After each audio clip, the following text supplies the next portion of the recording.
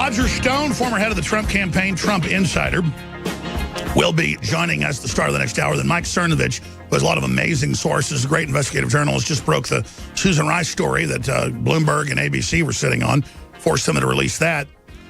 He's going to be joining us. He has more big bombshell inside intel. H.R. McMaster manipulating intelligence reports to Trump, wants 150,000 ground soldiers in Syria. The big news is I have my own Pentagon sources and others, and they said the ground war has already begun, and they would not give me the details, but they said, look, it's already in the news, Alex. They're just not calling it that. The Marines have been brought in with artillery to back up the invasion. So the Marines will be firing over the Army as the Army initially goes in. So they got the Marines and their artillery in, thousands and thousands of special forces. This is amazing. And the American people are not being told. You notice Trump is always about, I won't tell you when we go to war. Now, here's the difference. The Russians and everybody else know what's going on here. The American people have a right to know specifically what's going on here. But let's shift gears again. The only thing you need to know about this gas attack is that this would be the one thing that would bring down Assad and his government. The one thing Trump had promised to go in against him if he did it, and the rebels had been caught before staging it. That's a fact. But notice on every TV channel, everywhere, kids gulping, little babies dying, the most horrific images ever of the little, a lot of them European babies. A lot of Chechens have gone into the invasion. This is part of them going to their new Islamic state. It's a pilgrimage from all over the world. And so, you see them nerve gassed. These Islamicists will blow up their own kids for power. They'll drown their own kids on the oceanside shore to do a photo op and say that nobody cared when they were coming into Italy. They'll do anything. But regardless, we weren't shown the proof, were we? Now, again, this is not a Trump bashing exercise. I'm going to give you the other side of the story here in a moment. But let me tell you what's the coup de grace or the final blow, the cherry on top for me. Every article, and I've seen hundreds, will show you photos from 100, 200, 300 yards away of the Stockholm attack. The number was 4. It's up to like 10, I'm hearing now. Running over, murdering people. Suspected Stockholm killer is rejected asylum seeker. But notice, it's a photo from hundreds of yards away. If you're a TV viewer, infowars.com/show. Here's another one. Over 100 yards away. Don't let you see what's happening. London Telegraph. And I looked everywhere. They will not show you images of the dead children killed by another Wahhabist, because they don't want to make it emotional. The BBC won't even say it's a Muslim attack. McMaster famously in a speech said that Islam's not behind ISIS or Al-Qaeda. The hell it isn't, bro. You're totally countervening everything Trump stands for and what we stand for. I don't want to make McMaster some enemy. I said give him the benefit of the doubt. He did neocon stuff under neocon command. Let's see what he does when he gets under Trump. And I'm seeing the same duck walk I've seen before. Looks like a duck, acts like a duck, quacks like a duck. And here's the deal. The neocons love the cultural revolution in America, dumbing down the families, breaking up the families, creating a police state, leaving the borders open, selling out America, not having infrastructure. They're the same people as Obama. They're globalists. It's a different party. They all work together. And both parties were going after Trump. Both parties were saying he was a Russian spy. So let's go over the calculus of why Trump did this. And I'm going to come back in the next segment and give you my sources, what they said, not the specifics of who the sources are. But I can see this myself. They're all calling Trump a Russian agent because he doesn't want war with Russia and was following what General Flynn told him about how this whole thing was a setup and how they were opening up Europe through Syria to flood them with Muslims. So Trump doesn't want to do that. So Trump's in office. He's not a Russian agent, no connection to Russia. His top team tells him there's no issue with Russia. The real issue is China, as you're about to see. Major war probably there. Major task forces steaming into the area. Look at drudgereport.com. Next move, Navy moving towards Peninsula. Kim Jong-un says he's not scared, ready for war. Still firing missiles at Japan and threatening to nuke South Korea. That's a real threat. That's somebody threatening folks. That's somebody with weapons. That's somebody taking over the South China Sea with China and telling our ships they can't even go through and boarding ships and robbing people. Piracy, that's real. That's a major superpower, basically.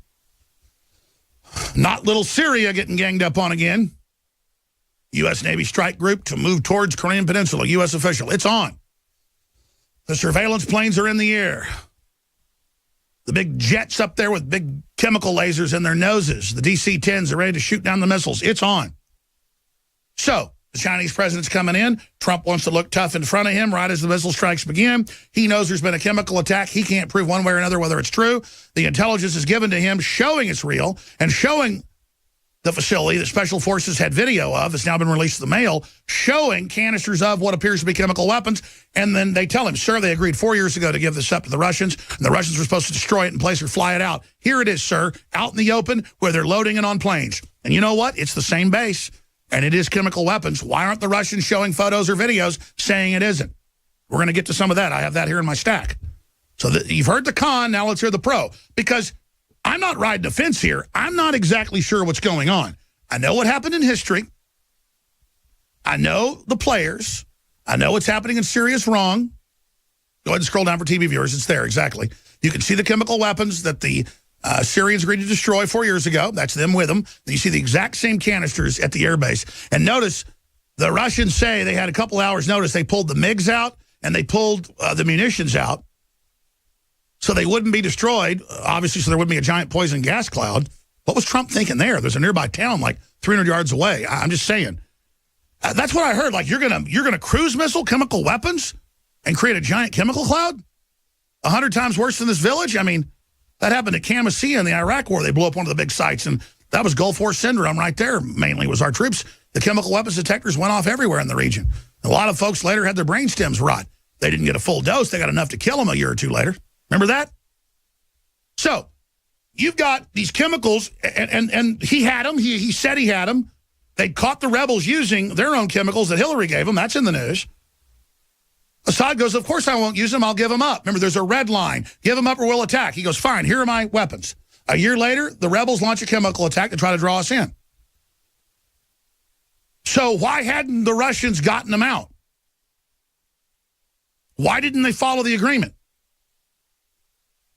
Now, maybe those are fake photos. Maybe it's fake intelligence. I don't know. It's pretty sophisticated to have it all piled up outside the bunkers and everything. And it looks like the Russians hauled ass to the last minute, like when they went in that reactor, famously at Chernobyl, heroically, and were just hauling that stuff out so it wouldn't kill the village. That's what it looks like. It looks like people trying to save that village's life. Village is literally hundreds of yards away. Who gave Trump that advice? Blow up a giant chemical weapons base 300, 400 yards. I've looked at the satellite images from a village of over 1,000 people. I mean, one canister of that would kill the whole village. You're going to hit that with cruise missiles and aerosolize it? I can't believe that the Russians didn't haul it off further, but I guess that's all they could do in the couple hours notice they had. Anyways, they say it was 30 minutes. My info is so. We'll come back and finish up with the calculus here of pro and con of why Trump did this, and then get into the big news. The ground war has already begun in Syria. It's already begun.